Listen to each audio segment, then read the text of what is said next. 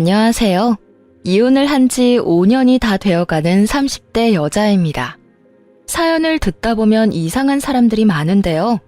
오늘 소개해드릴 사연 역시 그런 제정신 아닌 사람들의 이야기입니다. 사람들이 이런 말들 하죠. 시누이 많은 집에 시집 가는 거 아니다라고요. 남편의 누나가 2명이 있다는 이야기를 들었을 때 그 말이 떠올랐지만 그냥 무시했었어요. 요즘 같은 세상에 시모도 아닌 시누이가 설마 시집살이를 시키겠어?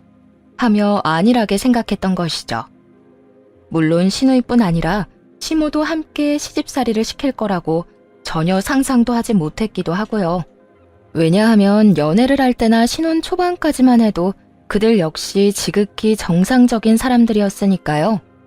극성을 부리기보단 오히려 제 편을 들어주며 남편에게 무조건 잘하라고 하곤 했었죠. 그런데 임신 소식을 알리자마자 사람들이 180도 변해버리더라고요. 극성의 끝을 달리는 못 말리는 사람들로 말이에요. 가장 황당했던 사건은 바로 남편이 술만 먹었다 하면 자제가 안 돼서 일어난 일이었는데요. 연애를 할 때도 그렇고 신혼 초에는 술 자체를 입에도 대지 않던 사람이 제가 임신을 하고 난 후부터 가끔 술을 마시기 시작하더군요. 술을 마신 날은 무조건 만취가 된 상태로 들어왔고 그것도 모자라 외박까지 하더라고요. 다행히 외도 같은 것은 아니었습니다. 그저 술을 많이 먹어 술집에서 잠들어 경찰서에 가 있거나 대리를 불러 집 앞까지 와선 차에서 자고 있더라고요. 위험한 일이 일어난 것은 아니었지만 그쯤 되니 걱정이 될 수밖에 없더라고요.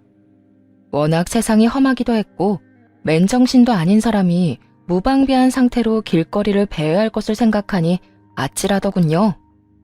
여보, 요즘에 무슨 일 있어? 무슨 술을 그렇게 마시고 다녀? 회사 생활 안 해본 사람처럼 왜 그래?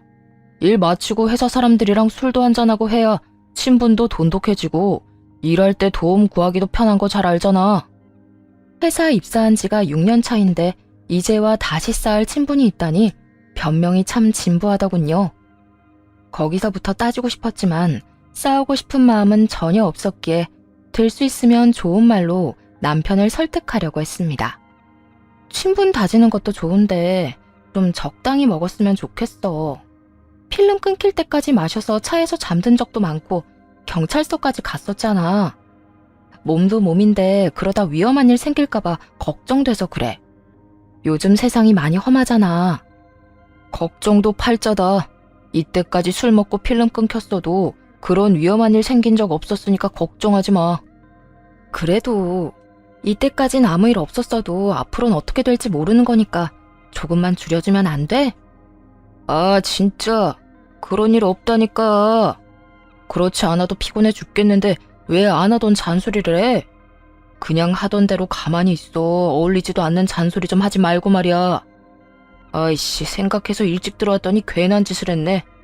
나 나갔다 올 테니까 기다리지 말고 빨리 자. 지금 이 시간에 나간다고? 지금 9시가 넘었어. 지금 나가서 언제 들어오려고 그래? 그리고 모처럼 오늘 일찍 들어와 놓고선 이대로 나가는 게 어딨어. 모처럼 일찍 들어왔는데 잔소리만 한 사람이 누군데? 그러게, 사람이 일찍 들어와주면 고마운 마음으로 뒷바라지나 잘할 것이지. 당신이 이런 식으로 구니까 내가 다시 나가는 거야. 적반하장도 유분수라고 화낼 사람이 누군데. 좋은 말로 타일렀더니 도리어 화를 내고 나가버리더군요. 그것만 해도 화가 나는데 다음날 시모와 첫째 시누이가 집으로 찾아왔더라고요. 남편이 무슨 말을 어떻게 전한 것인지 성이 잔뜩 난 소 2마리가 집 안으로 들어오는 것만 같았죠. 너 우리 아들한테 쓸데없는 잔소리 했다고 하던데 그게 사실이야?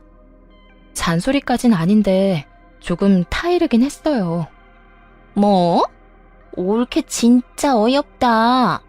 올케가 뭔데 우리 귀한 막내를 타일러? 올케가 무슨 우리 막내 선생이라도 되는 줄 알아? 그러니까 말이다. 넌 그냥 우리 귀한 아들 보필이나 잘하고 내 아들 자식이나 잘 낳아주면 된다. 그거면 네가 할 일은 끝난 거야. 그러니까 앞으로 내 아들 스트레스 받을 짓거리는 하지도 말거라. 처음엔 이런 반응들이 그저 놀라웠어요. 이렇게까지 남편 문제에 극성 떠는 모습을 처음 봤었으니까요. 그런데 두 사람의 극성이 길어지면 길어질수록 점차 화가 나더라고요. 저라고 입이 없어 가만히 있는 것도 아니었고 할 말을 다 하자면 두 사람보다 하고픈 말은 더욱 많았으니까요. 형님 말대로 제가 남편 선생도 아니고 어머님 말씀대로 남편 스트레스 받을 거 뻔히 알면서 제가 왜 싫은 소리를 했겠어요? 그냥 두고 보다간 그 귀한 아들이 살아 숨쉬는 꼴은 다신 못 볼 것 같아서 그랬어요. 뭐야? 그게 무슨 말인 게야? 글쎄, 그 귀한 아들이 술만 먹었다 하면 정신이 끊길 때까지 마신다고요. 술이 잔뜩 취한 채로 저번 주엔 경찰서에서 자고 저번 주엔 차에서 자고 오는데 두 분 같으면 그냥 두고만 볼 수 있겠어요? 그래서 한마디 했어요. 마시는 건 좋은데 조금만 줄이면 어떻겠냐고요.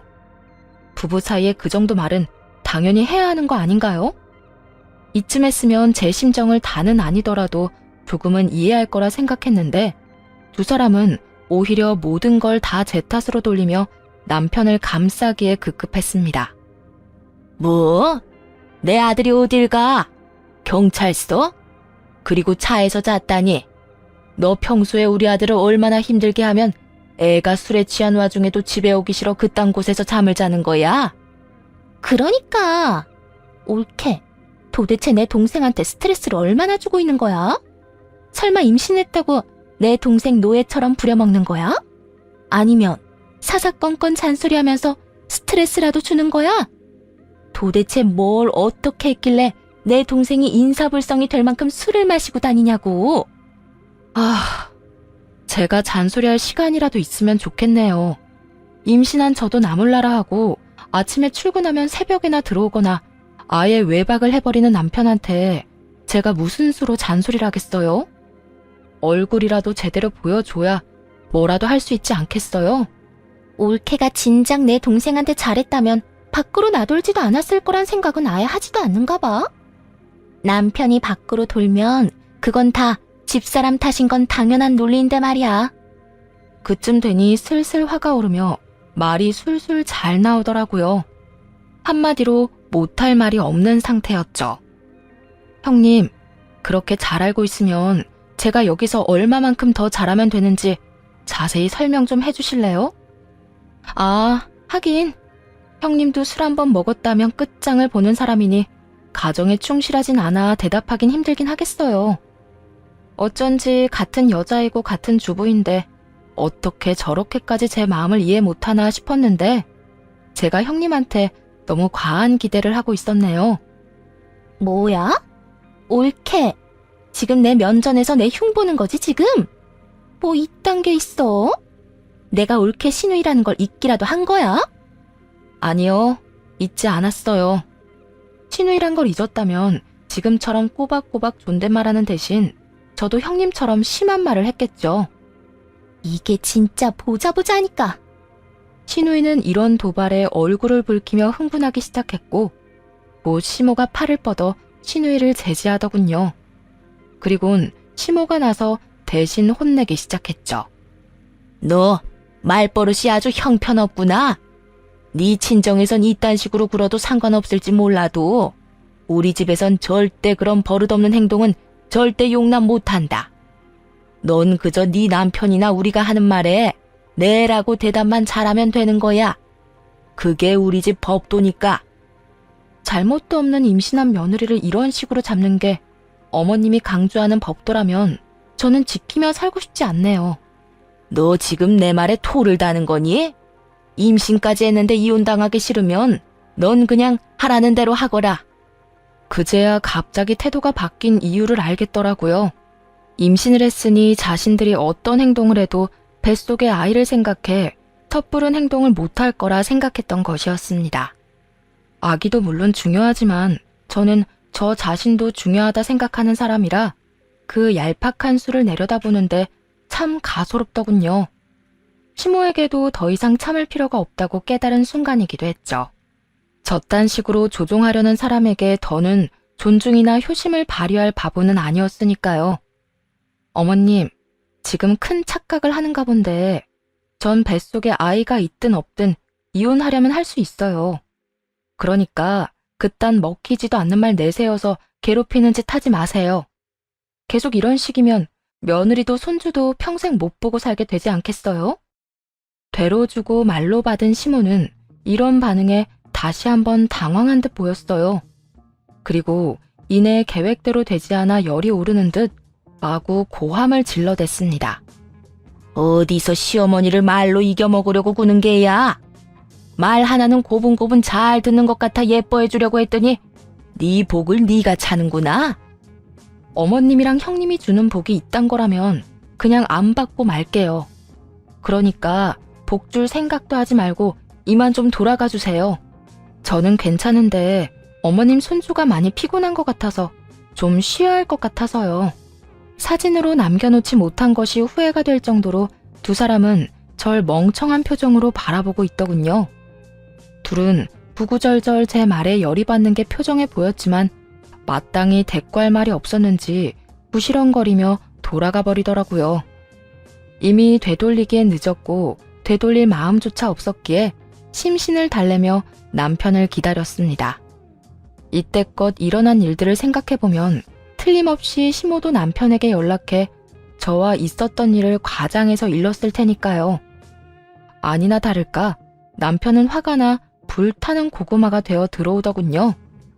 오늘 우리 엄마랑 누나 내쫓았다는 게 사실이야? 정확히는 돌아가라고 말만 했지 직접 내쫓지는 않았어. 그러니까 언성 높이지 말고 차분하게 이야기해. 귀 아프니까. 지금 내가 고함을 안 지르게 생겼어? 당신이 뭔데 우리 엄마랑 누나한테 가라고 해? 여긴 내가 사는 집이야. 우리 식구들은 언제든 오고 싶을 때 오고 가고 싶을 때 갈 수 있는 그런 곳이라고. 당신만 사는 집 아니고 나도 사는 집이지. 우리가 함께 사는 집에 당신이랑 시댁 식구들이 오는 건 상관없지만 그건 내 허락이 있을 때 가능한 일이야. 그러니까 앞으로 오늘처럼 기분 내키는 대로 찾아온 일은 없도록 해달라고 전해. 예상치 못한 반응이었는지 남편은 당황해서 아무 말도 못하더군요. 한땐 시댁 식구들과 잘 지내보려 노력했던 제 모습과 달라도 너무 다른 모습이었기에 더욱 당황한 듯했죠. 당신 진짜 뭐 잘못 먹었어? 우리 가족들이랑 잘 지내려고 그렇게 노력했던 사람이 갑자기 왜 이렇게 변한 거야? 몰라서 물어? 당신네 식구들이 나한테 그런 식으로 구는데 내가 왜 잘 지내려고 노력하겠어? 어머님이나 형님들이 나한테 예의 안 지키고 막말하면 나도 참지 않고 할 말 다 할 거니까 그런 줄 알아. 당신이 안 참으면 어떻게 할 건데? 뭐, 또 우리 가족들 내쫓기라도 하겠다는 거야? 한 번이 어렵지 두 번째는 좀 더 쉽지 않겠어? 그러니까 당신 엄마나 누나가 이 집에서 쫓겨나는 일 다시 보기 싫으면 우리 사이에 있었던 일 위주할 고주할 시댁에 다 고해 바치지 마. 알겠어? 남편은 대답 대신 혼잣말로 질책하는 말을 쏟아냈지만 더는 상대하고 싶지도 않아 방으로 들어와 버렸습니다. 그 후 남편과의 사이는 점점 더 멀어지는 것이 느껴졌고 입덧까지 시작해 힘든 시기를 보내게 되었죠. 제 입으로 들어가는 음식 냄새는 물론이고 남편을 먹이려 만드는 음식 냄새도 역겨워서 주방 근처엔 얼씬도 못하겠더라고요. 특히나 밥 냄새가 얼마나 역한지. 본의 아니게 남편은 집에서 밥상 구경도 못하는 상황이 되었죠. 자기 피출 때문에 일어난 자연스러운 일이니 남편도 그 정도는 이해하겠거니 했는데 며칠 뒤 시모가 짐까지 싸서 왔더라고요. 남편이 또 시모에게 하소연을 한 것이었죠. 세상에, 너 혼자 임신하는 것도 아니고 너처럼 유난 떠는 애는 또 없을 거다. 아무리 입덧이 심하다고 해도 남편 밥까지 굶기는 애가 어디 있니? 그러다 귀한 내 아들 몸이라도 상하면 네가 책임질 거니? 유난이 아니라 입덧이 심한 걸 제가 어떻게 하겠어요? 그리고 어머님 귀한 아들은 제가 변기통을 붙잡고 살든 말든 밖에서 끼니 잘 해결하고 다니니까 그런 걱정은 안 하셔도 될 것 같은데요. 그거야 네 생각이지. 난 내 아들이 바깥 음식만 먹고 사는 꼴 절대 못 봐. 앞으로 내가 이 집에 있으면서 내 아들 밥 해줄 거니까 그런 줄 알아라. 본인의 할 말만 끝낸 시모는 무작정 밀고 들어와서는 작은 방에서 짐을 풀기 시작했고 전 남편을 안방으로 데리고 왔죠. 이제 어떻게 할 거야? 내가 말했지? 우리 집에서 일어나는 일 당신 엄마한테 다 말하지 말라고. 그렇지 않아도 몸도 마음도 힘든데 어머님이랑 어떻게 같이 지내? 뭘 그렇게 부정적으로만 생각하냐? 좋은 쪽으로 생각도 좀 해라. 당신 이따 심해서 아무것도 못하는데 우리 엄마가 저렇게 와서 밥도 해주고 집안일도 해주면 서로 좋은 거 아니야? 이왕 이렇게 된 거 좋게 생각해. 입장 바꿔서 생각해봐. 당신 같으면 우리 엄마가 나 돌봐준다고 우리 집에 와서 살림 살아주면 당신은 안 불편하겠냐고. 나는 고마울 것 같은데. 그러니까 당신도 그냥 고맙게 생각하고 한동안만 이렇게 지내. 나 밖에서 먹는 음식 지겹단 말이야. 당신 생각만 하지 말고 내 생각도 좀 하라고. 자기 생각만 하는 인간이 저딴 말을 하니 기가 막혔지만 일단 두고 보기로 했습니다. 더는 싸울 힘이 없기도 했고 쫓아내기에도 너무 늦은 시간이었으니까요. 그런데 시모는 바로 다음 날부터 이런 결정을 후회하게 만들더군요. 새벽 4시부터 일어나 남편이 좋아한다며 청국장, 된장찌개, 신김치찜 등등 냄새가 강한 음식만 만들기 시작하는데 고문이 따로 없더라고요. 어머님, 저 입덧 심한 거 뻔히 알면서 꼭 이런 냄새 나는 음식을 새벽부터 해야 해요. 냄새도 안 빠져서 하루 종일 고문이라고요. 우리 아들이 좋아하는 음식 좀 해주겠다는데 내가 네 허락까지 맡아야 해?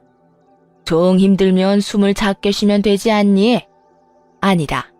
차라리 휴지로 코를 막고 있거라. 그러면 되겠네. 지금 그걸 말이라고 하세요?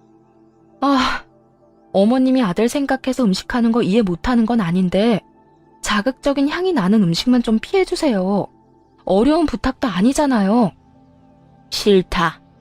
난 네가 뭐라고 하든 내 아들이 좋아하고 내가 좋아하는 음식 계속 만들 거니까 그런 줄 알고 네가 견디거라. 고마운 줄 알아. 처음 여기 올 때까지만 해도 다 너한테 시키려고 했는데 네가 한 음식이 우리 입맛에 맞을 것 같지도 않아서 꾹 참고 내가 직접 하는 거니까. 어찌나 뻔뻔하게 나오는지 말로는 내쫓는 것도 불가능해 보이더라고요. 그래서 친정엄마를 집으로 불렀네요. 서로 불편하게 한번 지내보자는 맞불 작전이었죠. 사정을 들은 엄마는 한 걸음에 집으로 짐을 싸서 오셨고 시모와 남편은 꽤나 당황한 듯 보였어요. 우리 엄마도 있는데 장모님까지 부르면 어떡해. 임신한 건 난데 어머님이 당신만 챙기길래 나도 챙김받고 싶어서 우리 엄마 불렀어. 당신 말처럼 살림도 살아주고 서로 좋잖아? 그리고 언제는 우리 엄마가 도와주면 고맙다고 했던 사람이 누군데 이제 와서 오는 소리래? 그땐 당신이 진짜 장모님을 부를 거란 생각을 못했으니까 그렇지. 하여튼 나랑 우리 엄마 불편하니까 장모님 당장 돌아가시라고 해. 삼아, 나도 어머님 때문에 새벽부터 토하는 게 일이라도 가라는 말 안 하고 꾹 참고 있잖아. 그러니까 당신도 참아. 적어도 당신은 나처럼 토하지는 않잖아? 당신 진짜 이렇게 치사하게 굴 거야? 이렇게 굴 거야. 그러니까 당신이 결정해. 우리 엄마, 어머님, 당신, 나 이렇게 넷이 오손도손 같이 살든지 그게 싫으면 어머님 집으로 돌려보내고 우리 엄마도 돌려보내든지. 그래, 좋아. 넷이 함께 지내보자고. 당신이 이런다고 내가 우리 엄마를 돌려보낼 것 같아? 이렇게 큰 소리를 텅텅 치던 남편은 일주일도 채 버티지 못하고 백기를 들더군요. 시모에게 돌아가달라고 말을 한 것이었어요. 제 계획대로 된 상황이 마음에 들지 않은 시모는 욕이란 욕은 다 하더라고요. 그것도 감히 친정엄마가 버젓이 두 눈을 뜨고 있는 데에서 말이죠. 이 고약한 것, 끝까지 이 시어머니를 이겨먹고 쫓아내는구나. 넌 꼭 벌 받을 것이야. 어른을 이런 식으로 대접하고 잘 되는 사람 단 한 사람도 본 적이 없어.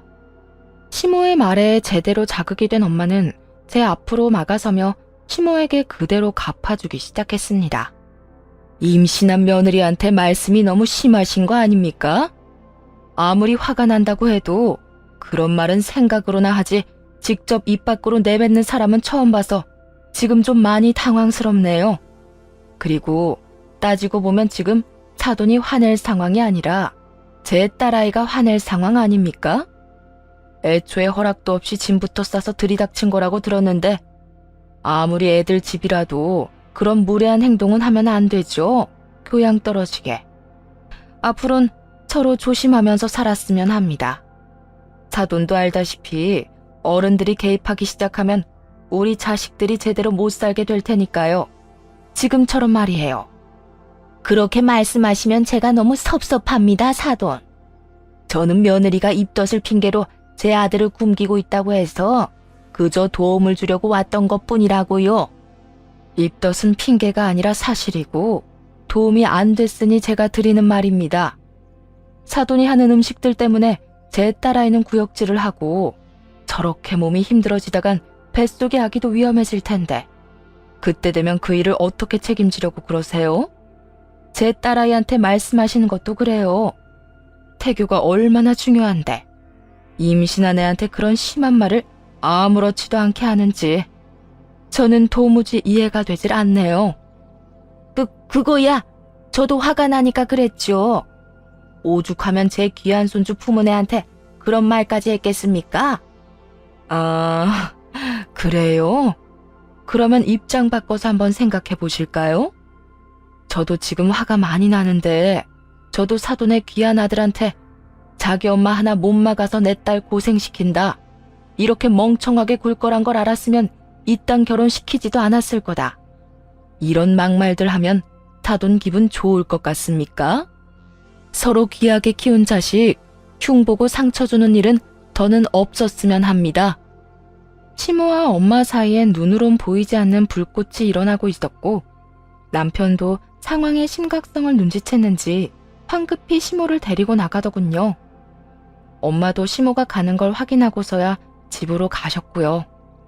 그렇게 큰일도 해결됐고 약해진 몸을 회복하는 데 시간을 보내고 있는데 남편이 또 사고를 치더라고요. 그건 바로 상의도 없이 4천만 원도 넘는 새 차를 사버린 것이었죠. 돈이 어디서 나서 차를 바꾼 거야? 저거 4천만 원도 넘는 차 아니야? 어디서 나긴 모은 돈이지. 우리 돈에서 마음대로 뺏은 거 아니고 나 이번에 보너스 받은 거랑 총각 때부터 차 사려고 모은 적금 만기가 되어서 바꾼 거니까 뭐라고 할 생각하지 마. 아무리 당신 돈이라도 그렇지 상의 정도는 좀 해주지 그랬어. 부부 사이엔 그 정도는 기본 아니야? 몰라. 보너스는 각자 알아서 쓰기로 했고 결혼 전 가지고 있던 돈은 서로 터치하지 않기로 했으니까 당신한테 트집 잡힐 것도 없다고. 그리고 들어보니까 아기 태어나면 다들 큰 차로 바꾼다고 하더라. 아기 짐 때문에 작은 차론 어림도 없다던데. 겸사겸사 내 돈으로 바꾼 거니까 당신은 그냥 나한테 고마워나 해. 날 위해서가 아니고 당신이랑 우리 아기를 위해서 바꾼 거니까. 상의도 없이 그렇게 큰 돈을 써버린 건 화가 나긴 했지만 잔고를 확인해보니 부부 돈을 건드린 것도 아니었고 본인 돈으로 해결했다고 하니 그러려니 하고 넘어가기로 했습니다. 그리고 몇 달이 지났어요. 주말이라 늦잠을 자는 남편을 두고 산책을 다녀왔는데 어느새 일어난 남편이 제가 들어오는 것도 모르고 통화를 하더라고요. 그것도 게임을 하며 스피커폰을 해놓은 채 말이에요. 그래서 언니랑 내가 투자한 주식은 얼마나 올랐어? 오르긴 오른 거야? 조금 오르긴 했는데 좀 더 기다려보면 더 많이 오를 거야. 그러니까 나 좀 믿고 그만 좀 물어. 하루에 몇 번씩 전화해서 묻는 거야? 그거야. 불안해서 그렇지. 너도 알다시피 언니랑 나, 형부랑 남편 몰래 너한테 준 돈이잖아. 언니 3천만 원, 나 2천만 원. 적금 깨서 너한테 주식 투자하라고 준 거 알면 우리 진짜 쫓겨난다고. 절대 쫓겨나는 일 없도록 할 테니까 날 좀 믿고 기다려. 설마 동생이 누나들 쫓겨나게 만들까? 은행 이자랑 비교도 안 되는 금액으로 돌려줄 테니까 걱정하지 말라고. 그러면 말 나온 김에 무슨 종목에 얼마씩 투자했는데 좀 보여줘봐. 네가 돈은 받아가고 종목도 금액도 말해주지 않으니까 너무 궁금하단 말이야. 에이 참, 나중에 좀 더 오르면 그때 짠 하고 보여줄 테니까 조금만 더 기다려. 조만간이라니까. 누나, 나 지금 좀 바쁘거든? 나중에 다시 통화해. 직감적으로 알 수 있었죠. 주식 투자는 애초에 하지도 않았고 그 돈으로 새 차를 산 거란 걸 말이에요. 심지어 아주버님들 몰래 돈을 빼내왔다고 하는데도 남편은 거리낌 없이 거짓말을 하며 게임에 몰두하고 있더라고요. 대형 사고도 그런 대형 사고가 따로 없었죠. 하지만 냉정하게 따져보면 제가 나설 필요는 전혀 없었어요. 사고는 남편이 쳤고 추후 일이 터져도 남편이 책임져야 할 테니까요. 거기에다 이미 마음속으론 무사히 출산부터 한 후 이혼할 생각도 하고 있었기에 더욱 제가 나설 필요는 없었죠. 그렇게 남편의 기가 막히는 행보를 지켜보는 사이 출산날이 다가왔어요. 출산 후 좋은 환경에서 회복하며 생각을 정리하고 준비할 것이 많았기에 조리원을 좀 더 신경 써서 고민하고 있었죠. 집에선 제가 뭘 하든 관심도 보이지 않던 남편은 생뚱맞게 시모와 함께 있는 자리에서 조리원 이야기를 꺼내기 시작했습니다. 정확히는 조리원 비용 이야기를 말이에요. 당신 요즘 조리원 알아보고 있는 것 같던데 그건 당신이 다 알아서 해. 난 조리원 비용 분담할 생각은 전혀 없으니까 말이야. 어차피 받을 생각도 없었는데 저런 식으로 말하니 오기가 생기더라고요. 더군다나 하필 시모가 있는 자리에서 저딴 이야기를 하는 저희가 눈에 훤해 더욱 화가 치밀어 올랐어요. 그런 게 어딨어? 나만 아기 부모야? 당신도 이 아기 부모잖아. 아기가 태어나느라 망가진 몸 회복하느라 가는 조리원인데 당연히 당신도 분담해야지. 그건 당신한테나 당연한 거고 난 당신한테 줄 돈 없으니까 당신도 돈 없으면 친정에다 달라고 해. 당신 엄마는 당신 못 챙겨서 안달인 분인데 그까지 조리원 비용은 웃으면서 주시겠지. 남편은 재수없는 눈빛으로 저를 무시하고 있었고 남편이 파트로 매주를 쓴데도 맞는다고 할 기세로 시모까지 나서 그 말이 다 옳다고 편들기 바쁘더군요. 내가 들어보니 내 아들이 틀린 말을 하는 것도 아닌데 왜 그렇게 인상을 쓰니?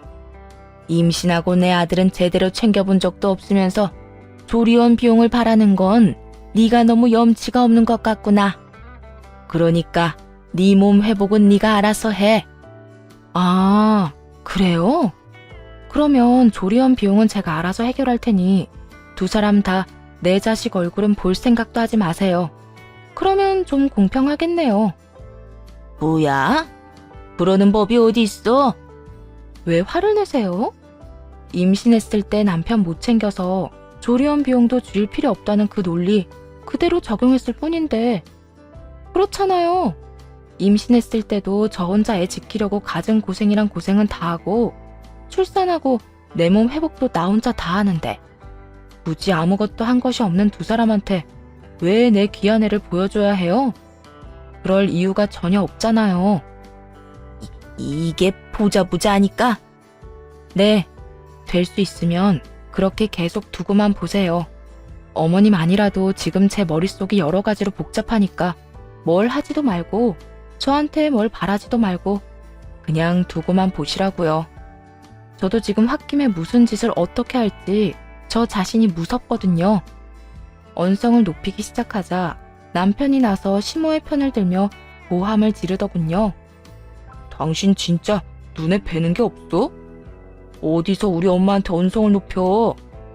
우리 엄마가 틀린 말 한 것도 아니고 당신이 버릇없이 구는 건 사실인데 우리 엄마가 당신 이 정도로 봐주고 있으면 당신도 빳빳이 등 그 고개 숙이고 감사한 마음으로 살아.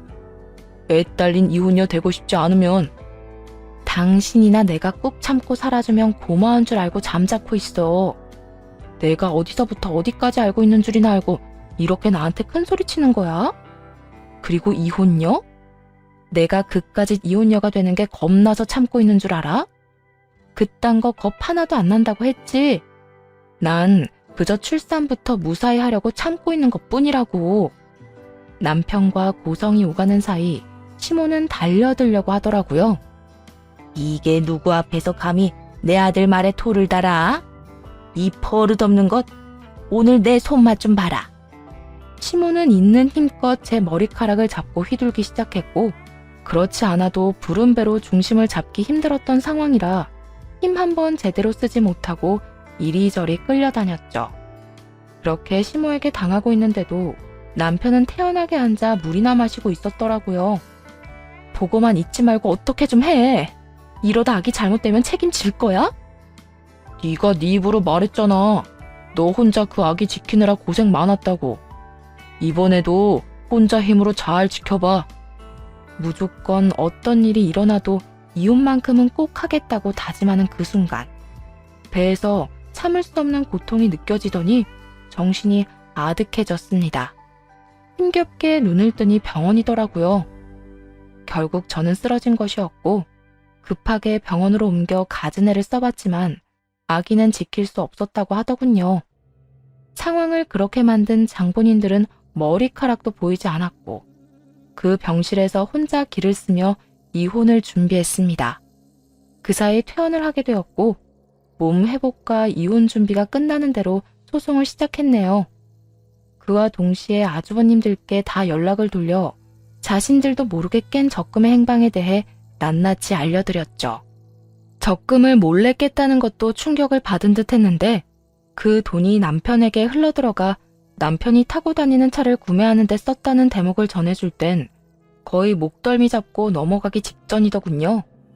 혹시나 시누이들이 거짓말로 상황을 모면할 수도 없게끔 남편과 시누이들이 나눈 카톡 그리고 남편의 차 사진까지 다 보내버렸습니다.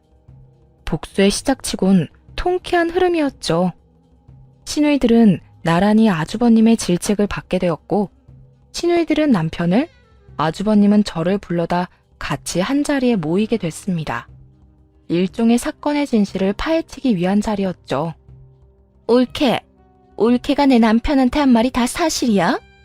내 동생이 우리가 준 돈으로 주식 투자 안 하고 차 샀다는 말 다 사실이냐고? 그게 그렇게 궁금하면 옆에 눈치 살피느라 바쁜 동생한테 직접 물어보세요. 애먼 사람 추궁하지 말고. 너 입만 다물고 있지 말고 무슨 말이라도 해봐. 정말 올케 말이 다 사실이야? 우리 돈으로 네 차 산 거 맞냐고? 뭘 물어봐. 야, 휴대전화 꺼내. 주식 어플 있을 거 아니야? 그거 보여줘. 당장. 두 사람은 남편을 매섭게 몰아붙였고 결국 남편은 자신의 입으로 실토를 하더라고요. 그게 다 사실이야. 주식 투자한 게 아니라 차 샀어. 미안해. 남편의 말이 끝나자마자 그곳은 아수라장이 되었습니다. 한 명의 시누이는 자리에 주저앉아 울기 시작했고 한 명의 시누이는 남편 놈을 잡고 흔들며 욕을 했죠. 그렇게 한참 난동을 부리던 두 시누이는 급하게 아주버님들의 눈치를 보며 빌기 시작하더군요. 자신들은 정말로 몰랐다고요. 우린 정말 몰랐어. 우리도 당한 거라고. 그러니까 제발 이혼만은 안 하면 안 될까? 그래, 이혼은 아니잖아, 여보. 우리도 감쪽같이 속은 피해자인데 이혼까지 당하는 건 말도 안 돼. 한 배에서 태어난 인간들 아니랄까봐 어찌나 뻔뻔한지 혀가 절로 차지더군요. 아주버님들도 저와 같은 심정이었는지 무릎까지 꿇고 비는 형님들을 매몰차게 뿌리쳐버리곤 그 자리에서 바로 이혼을 통보해버리더군요. 돈도 돈이지만 이미 신뢰가 깨져버렸다고 하면서 말이죠. 그렇게 한바탕 난리가 난 후 남편 놈은 시누이들의 연락을 다 무시한 듯 했어요. 본인에게 불똥이 튈까 싶어 잠수를 탄 것이었죠. 시누이들은 어떤 방법으로도 남편에게 연락이 닿지 않자 뻔뻔스럽게도 이혼 소송 중인 저를 찾아 친정까지 찾아왔더라고요. 올케, 이 자식이랑 연락 안 돼?